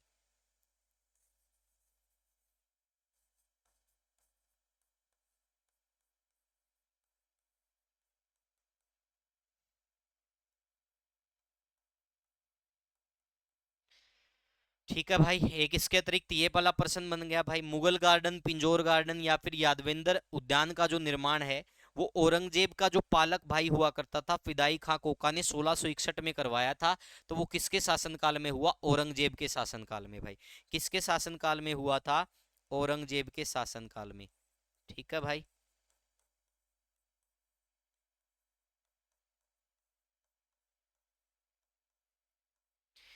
मुगल गार्डन हो, पिंजौर गार्डन हो, यादवेंद्र उद्यान हो, तीनों एक ही बात है। ठीक है भाई। इसका वास्तुकार या फिर इसका निर्माण किसने करवाया? फिदाई खां काका ने, कोका ने। किसका पालक भाई माना जाता? औरंगजेब का भाई। अब नेक्स्ट देखेंगे भाई, राजा राम जाट के नेतृत्व में जाट सैनिकों ने 1688 ईस्वी में आक्रमण कर अकबर के मकबरे को नष्ट कर दिया भाई, परंतु मुगलों के साथ युद्ध में राजा राम जो था वीर गति को प्राप्त हुआ। राजा राम के बाद उसका उत्तराधिकारी चूड़ामन दक्षिणी पूर्वी हरियाणा क्षेत्र का शासक बना। मुगल शासक बहादुर शाह ने चूड़ामन के नेतृत्व में जाटों के राजनीतिक अस्तित्व को स्वीकार करते हुए भरत पर राज्य की मान्यता दी भाई। ठीक है, तो ये सीक्वेंस पूछेंगे आपसे भाई, गोकुला, गोकुला के बाद क्या हो गया भाई राजा राम के बाद क्या हो गया चूड़ामन। तो ऐसा सीक्वेंस वाला प्रश्न आता है बार बार। उसके बाद हम अगले जो डिटेल पढ़ेंगे बंदा सिंह बहादुर के बारे में पढ़ेंगे भाई। इनको लक्ष्मण देव, माधव दास और बंदा सिंह बहादुर के नाम से जाना जाता है। ठीक है भाई, इन्होंने क्या किया था भाई, ये डेट थोड़ी कंफर्म कर लेना भाई। ठीक है, इनकी डेथ वाली जो डेट है वो कंफर्म कर लेना भाई। ठीक है, इसको मैं एक बार ये कर रहा हूँ, शायद ये 15 या 16 में एक्यूरेट, मेरे को थोड़ा डाउट है। ठीक है, इस धर्म योद्धा ने सच्चाई, देशभक्ति, वीरता और त्याग के मार्ग पर चलते हुए मानव उत्थान के यज्ञ में अपने प्राणों की आहुति दी भाई। इस महायोद्धा की विजय यात्रा सितंबर 1708 में गुरु गोविंद सिंह जी से मुलाकात के बाद महाराष्ट्र के नांदेड़ से शुरू हुई। 21 फरवरी 1709 को सोनीपत के आसपास शेरी खांडा नामक गांव में इन्होंने निम्बार्क संप्रदाय और निर्मोही अखाड़े के संत महंत किशोरदास जी के निर्मोही अखाड़ा मठ को अपना प्रथम सैनिक मुख्यालय बनाया था भाई। ठीक है, तो इन्होंने सिखों की एक राजधानी भी बनाई थी भाई।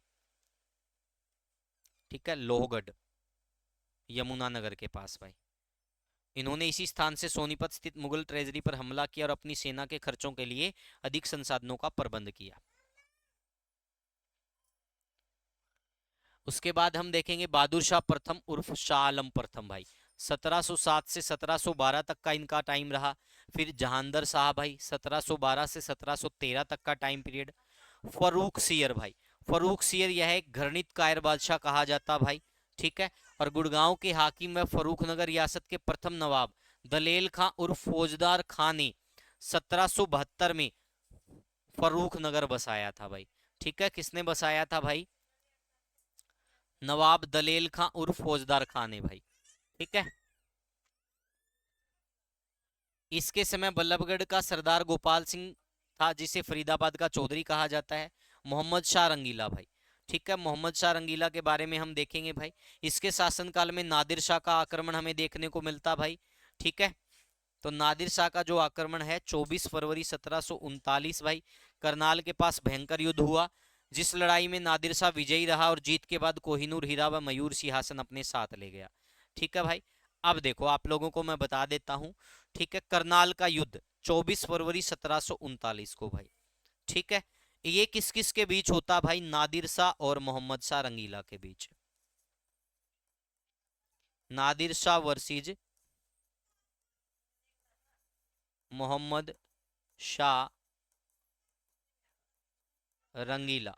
तो इस मोहम्मद शाह रंगीला का साथ किसने दिया, यानी इसका साथ किसने दिया, राव बालकिशन ने भाई। इसका साथ किसने दिया, राव बालकिशन।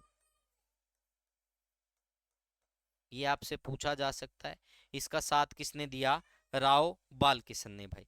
जीता कौन इसमें, जीत नादिर शाह के हाथ लगी भाई, और नादिर शाह अपने साथ क्या ले गया, मयूर सिंहासन कोहिनूर हीरा अपने साथ ले गया भाई, क्योंकि ये ईरानी शासक था। ठीक है, तो ये आपसे पूछा जा सकता है करनाल का युद्ध कब हुआ, किस किस के बीच हुआ, मोहम्मद शाह का साथ किसने दिया, जीत किसके हाथ लगी, अपने साथ क्या ले गया। तो ये सारे फैक्ट मैंने आप लोगों को बता दिए भाई। उसके बाद भाई ये बहुत सारी डिटेल है भाई। जब नादिर शाह की मृत्यु के बाद हरियाणा के ऊपर जिस जिसके अधिकार होते हैं वो सारी डिटेल यहाँ पर लिख रखी है। ठीक है भाई, ये वाली डिटेल आप अच्छे से कवर कर लेना। उसके बाद किसका टाइम पीरियड आता है, अहमद शाह बहादुर का भाई, 1748 से 1754। आलमगीर द्वितीय का 1754 से 1758। शाहजहां द्वितीय का 1758 से 1760 भाई। शाह आलम द्वितीय भाई 1760 से 1806। इसके समय पानीपत की तीसरी लड़ाई हुई थी भाई। इसके समय में अंग्रेजों ने हरियाणा क्षेत्र पर नियंत्रण कर लिया था। मोस्ट इंपोर्टेंट पर्सन है भाई, ये प्रश्न परीक्षा में आया था और रेयर ही चांस है किसी स्टूडेंट को आया हो ये प्रश्न, ध्यान रख लेना भाई। शाह आलम द्वितीय भाई, शाह आलम द्वितीय के समय, ठीक है, अंग्रेजों ने हरियाणा पर क्या किया था, नियंत्रण कर लिया था, यानी कब्जा कर लिया था, अधिकार कर लिया था। किसके समय? शाह आलम द्वितीय के समय। अकबर द्वितीय का टाइम पीरियड क्या हो गया? 1806 से 1837 भाई। ठीक है, इससे राजा राम मोहन राय को राजा की उपाधि दी। अंग्रेजों के संरक्षण से बादशाह बनने वाला पहला मुगल शासक कौन था भाई? अकबर द्वितीय। अंग्रेजों के संरक्षण से राजा बनने या शासक बनने वाला या बादशाह बनने वाला मुगल शासक। बहादुर शाह जफर द्वितीय भाई, इसको अंतिम मुगल शासक कहा जाता है। जफर नाम से शायरी लिखता था, इसलिए इसे बहादुर शाह जफर कहा जाता है। 1857 की क्रांति में अंग्रेजों के खिलाफ विद्रोहियों का साथ देने के कारण इन्हें रंगून ब्रह्मा जेल में बंद कर दिया गया। कुछ मुगल कालीन प्रमुख स्मारक है भाई। मुगल गार्डन, पिंजौर गार्डन, ठीक है भाई, घरोंडा सराय, लाल मस्जिद, रेवाड़ी में। अब देखो भाई, मुगल गार्डन और पिंजौर गार्डन कहाँ हो गए? पिंजौर के अंदर। घरोंडा सराय कहाँ हो गई? घरोंडा करनाल में। लाल मस्जिद कहाँ हो गई? रेवाड़ी में। जामा मस्जिद एक कहाँ? रोहतक में। महम की बावड़ी महम में। बुढ़िया का रंग महल यमुना नगर में। ठीक है भाई।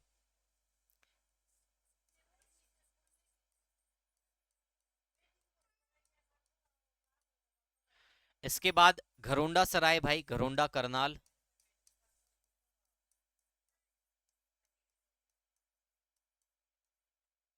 मुगल गार्डन, पिंजौर, पंचकुला।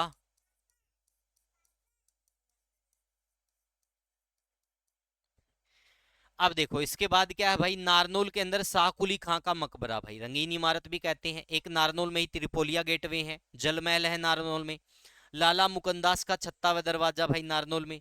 नारनौल बावड़ी हो गया। ठीक है, जज्जर में 12 मकबरा परिसर है। शाह कमाल गाजी की तालाब है। थानेसर में शेख चिली का मकबरा है। चिन्नी मस्जिद है, मदरसा है। पानीपत में काबुली बाग मस्जिद है, दरवाजा हो गया एक। इब्राहिम लोदी का मकबरा। अब्दुल वहाब का मकबरा सढोरा में है। मुगल पेंटिंग्स कहाँ से प्राप्त हुई है? रोहतक से। मुगल कालीन ब्रिज फरीदाबाद में। मुगल वास्तुकला के अवशेष सोनीपत से। और मुगल का द्वीप किसको कहा जाता है? थानेसर को। तो ये सारे के सारे पॉइंट क्या है भाई? ये मुगल काल के थे। मुगल काल आपका टोटली कंप्लीट। अब हम पीवाई क्यू करेंगे फटाफट भाई। जितने भी आज तक प्रीवियस ईयर क्वेश्चन आए हैं सारे आपको इस क्लास में करवाऊंगा भाई। और जस्ट 10 मिनट में अपनी क्लास कंप्लीट हो जाएगी। ठीक है, 10 मिनट में सारे क्वेश्चन आप अपने आप सोल्व करोगे। देखो, पहला प्रश्न भाई, दहसाला प्रणाली नामक राजस्व एकत्रण और कृषि की नई कर प्रणाली हरियाणा में किसने शुरू की भाई? मैंने आपको बताया था, जब दहसाला का वर्ड जब भी आए तो आंसर क्या करोगे? राजा टोडरमल। नेक्स्ट प्रश्न, रंग महल मुगल शासक के काल में बुढ़िया में बनाया गया खूबसूरत महल है। तो बुढ़िया का रंग महल, बीरबल का रंग महल किसके शासनकाल में बना? शाहजहां के शासनकाल में। अभी तो करवाया था। राय मुकंदास ने नारनौल में एक महल बीरबल का छत्ता बनाया, जो मुगल शासन के क्या थे? दीवान थे। मैंने आपको बताया था राय मुकंदास क्या थे? शाहजहां के दीवान थे। तो यहां पर राइट आंसर क्या हो जाएगा? शाहजहां। मोहन सिंह मंडार ने किस मुगल शासक के विरुद्ध विद्रोह किया था? 1530 में कैथल परगने का सरदार था मोहन सिंह मंडार, और 1530 में किसके खिलाफ विद्रोह करता है? बाबर के खिलाफ। डैश यानी किसकी स्थापना बाबर द्वारा 1526 में इब्राहिम लोदी को हराने के बाद हिंदुस्तान के सिंहासन पर विजय की स्मृति में बनाई गई? तो काबुली बाग मस्जिद बनाई थी भाई बाबर ने। तो राइट आंसर काबुली बाग मस्जिद। वर्ष 1672 में नारनौल और उसके आसपास के क्षेत्र में मुगल बादशाह औरंगजेब के विरुद्ध मुख्य विद्रोह था, जिसकी नेतृत्व खालिस्तान लोगों के द्वारा की गई। किसके द्वारा किया गया था? सतनामियों का विद्रोह हुआ था 1672 में भाई। ठीक है। 1556 में अकबर की मुगल फौजों को हराने के बाद किस राजा ने विक्रमादित्य की उपाधि धारण की? हेमचंद्र विक्रमादित्य ने। याद रखो भाई, 7 अक्टूबर 1556 को अपने आप को भारत का सम्राट घोषित किया और विक्रमादित्य की उपाधि धारण की। सूरदास निम्नलिखित में से किस मुगल शासक के समकालीन थे? सूरदास किसके समकालीन था? अकबर। आपको बताया था क्लास के अंदर भाई। किस युद्ध क्षेत्र में आर्टिलरी और बंदूक पाउडर के अग्नि आयुध में पहली बार मुगलों ने पेश किया? आपको बताया था पानीपत का पहला युद्ध बहुत टेक्निकल तरीके से हुआ था। गोला बारूद, युद्ध, तोपखाने, बंदूक, सारी चीजों का प्रयोग हुआ था। तो राइट आंसर पानीपत का पहला युद्ध। रेवाड़ी की लाल मस्जिद किसके शासनकाल के दौरान बनाई गई थी? आपको अभी करवाया था, अकबर के शासनकाल में क्या हुई थी भाई? रेवाड़ी की लाल मस्जिद बनाई गई थी। हरियाणा में डैश को पुरातात्विक भूमि एवं अवशेष अधिनियम 1958 के तहत राष्ट्रीय विरासत घोषित किया गया। मैंने आपको बताया था 1958 के अधिनियम के तहत संरक्षित जो स्मारक है वो कौन सी है? शेख चिल्ली का मकबरा। तो शेख चिल्ली का मकबरा यानी कि हरियाणा का ताजमहल। तो ये हो गया हमारा राइट आंसर। जहांगीर के कोषाध्यक्ष शेख फरीद भाई, वही शेख फरीद जिसने चिश्ती सिलसिला शुरू किया था। इसका नाम फकरुद्दीन सकरागंज था भाई। राजमार्ग की रक्षा करने के लिए क्या करता है? 1607 ईस्वी में फरीदाबाद का निर्माण करता है भाई, इसको बसाता है फरीदाबाद को। मुगल पेंटिंग्स हरियाणा के किस जिले में पाई जाती है? रोहतक में भाई, मुगल पेंटिंग्स रोहतक में। और मुगल का द्वीप थानेसर। 7 अक्टूबर 1556 को दिल्ली के युद्ध में मुगल सेनाओं को हराने वाला हरियाणा का पहला राजा कौन था? हेमचंद्र विक्रमादित्य भाई। प्रसिद्ध राजा हेमू विक्रमादित्य जिसने हरियाणा में शासन किया, पहले क्या था? मैंने आपको बताया था इसके पिताजी क्या थे? व्यापारी थे। तो ये भी क्या कहलाएगा? व्यापारी कहलाएगा, क्योंकि बाजार का प्रबंधक बनाया गया था। तो राइट आंसर व्यापारी। किस मुगल शासक के शासनकाल में हरियाणा पर अंग्रेजों का नियंत्रण स्थापित हुआ? ये वाला प्रश्न आया था PYQ। ना बहादुर शाह आएगा, ना अकबर आएगा, ना वाजिद अली आएगा। तो क्या उत्तर आ जाएगा? शाह आलम द्वितीय। अकबर के समय में हरियाणा के किस स्थान पर टकसाल थी जहां जलाली सिक्का बनता था? तो नारनौल में भाई। कहां थी? नारनौल में जलाली सिक्का घड़ा जाता था। हरियाणा के रेवाड़ी में जन्म लेने वाले दिल्ली के अंतिम हिंदू शासक कौन थे? सम्राट हेमचंद्र विक्रमादित्य। इसकी हवेली कहाँ है? कुतुबपुर रेवाड़ी में भाई। ठीक है, हेमू की हवेली।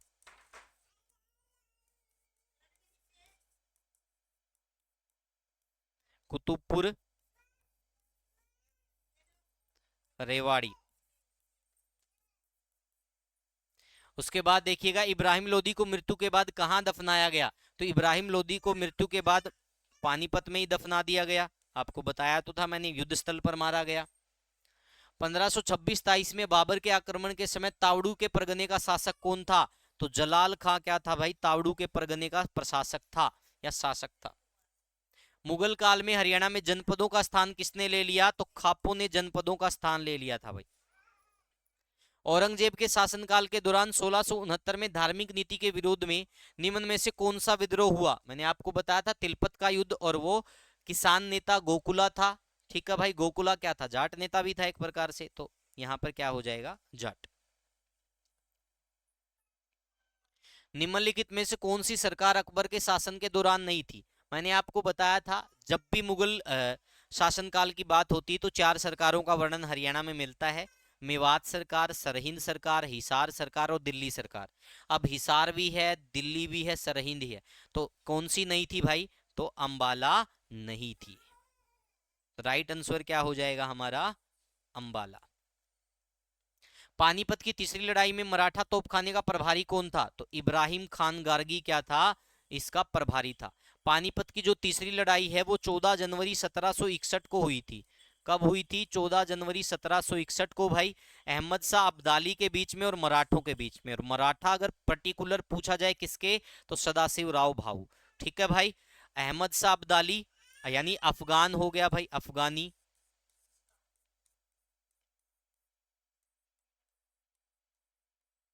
अहमद शाह अब्दाली वर्सेज सदाशिव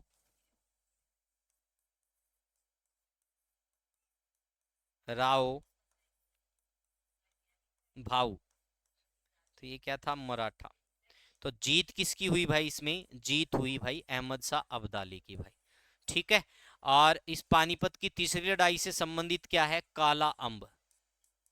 काला अंब। ठीक है भाई, पानीपत की तीसरी लड़ाई से।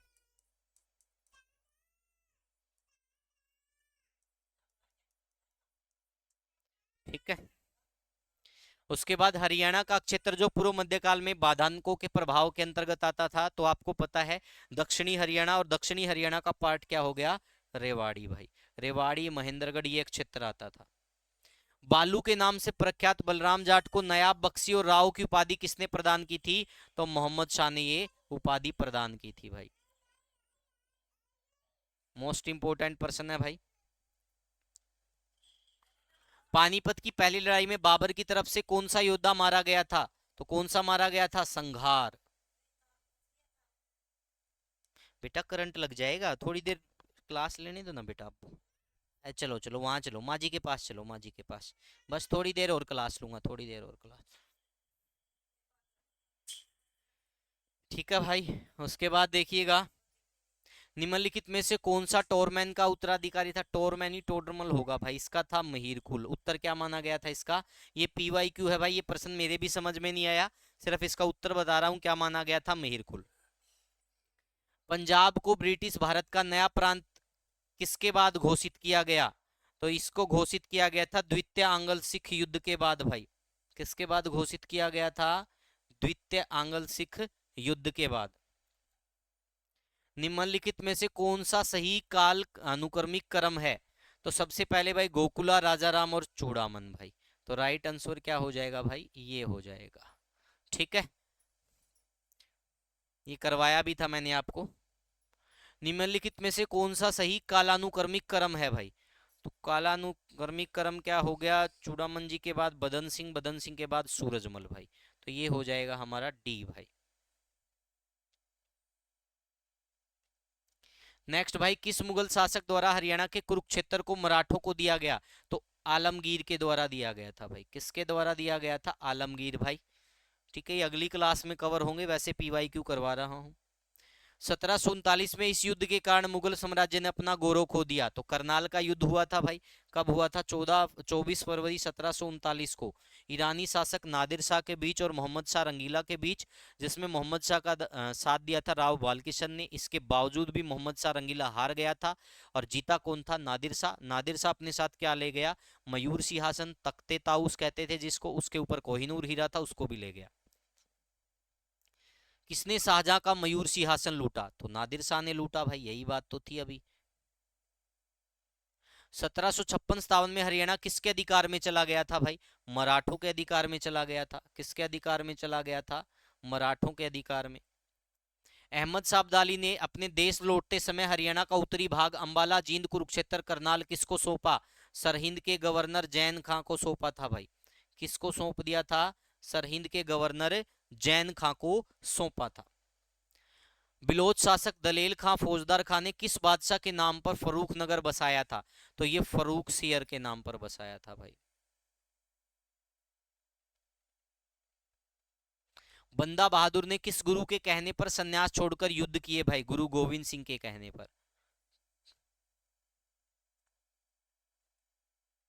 पानीपत का तीसरा युद्ध अफगान योद्धा अहमद शाह अब्दाली और किसके बीच लड़ा गया? तो सदाशिव राव भाऊ। ठीक है, बाकी भाई इसमें विश्वनाथ राव भी जी भी थे, लेकिन उत्तर क्या माना गया? HSSC के द्वारा जब ये पूछा गया तो सदाशिव राव भाऊ माना गया था। पानीपत की तीसरी लड़ाई के बाद निम्नलिखित में से किसने मराठा शरणार्थियों को आश्रय दिया था? तो सूरजमल ने दिया था भाई। किसने दिया था? सूरजमल ने। निम्नलिखित में से किस विद्वान ने महाराज सूरजमल को जाट जनजाति का प्लेटो कहा था? तो JN सरकार ने भाई। ठीक है, किसने कहा था? JN सरकार ने। ठीक है, इसका प्लूटो कहा था। हरियाणा का ऐसा कौन सा स्थान लोहगढ़ जिसमें किस शासक की राजधानी रहा है? ठीक है भाई, सिखों की पहली राजधानी भी यहां पर मैं लिख देता हूं भाई।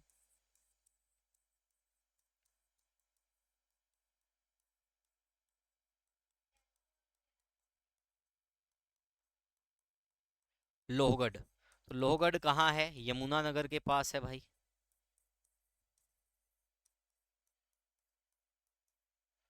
तो इसका उत्तर क्या हो जाएगा? बंदा सिंह बहादुर भाई। तो ये थी भाई आपकी क्लास। ठीक है, कंप्लीट मुगल शासन मैंने सारा का सारा करवा दिया आपको भाई। ठीक है, अब लगभग लगभग कुछ पार्ट बच गए हमारे, वो आपको मैं थोड़े थोड़े और करवा दूंगा। उसके बाद हमारी हिस्ट्री कंप्लीट हो जाएगी, फिर मैं आपको ज्योग्राफी पढ़ाऊंगा भाई। तो जितने भी मेरे साथी हैं भाई, ठीक है, लगातार मेहनत करते रहो भाई। ठीक है, और क्लास को लाइक कर देना, शेयर कर देना, यूट्यूब चैनल को सब्सक्राइब कर देना भाई। और इसके अतिरिक्त भाई जितने भी साथी हैं, सारे के सारे भाई सभी को मैं थोड़ा एक चीज क्लियर कर देता हूँ। एक सेकंड रुकिएगा भाई।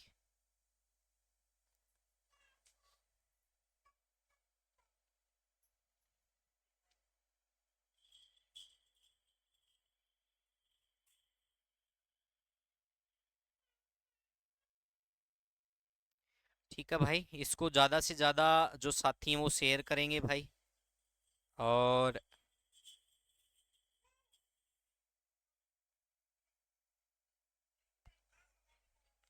जिसको भी भाई बैच के बारे में कोई भी जानकारी चाहिए भाई, ये हमारा व्हाट्सएप नंबर रहेगा।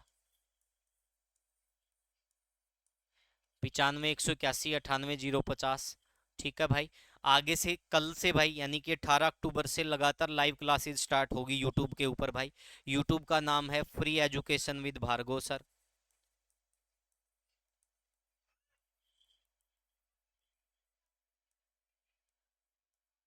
यहाँ पर डेली 8:30 बजे या 8:15 बजे क्लासेस स्टार्ट होगी। और उसकी पीडीएफ भी आपको इसी टेलीग्राम में मिलेगी, free education with Bhargav sir. तो आज के लिए इतना ही। Thank you, take care, bye bye, बने रहिएगा हमारे साथ। अलविदा।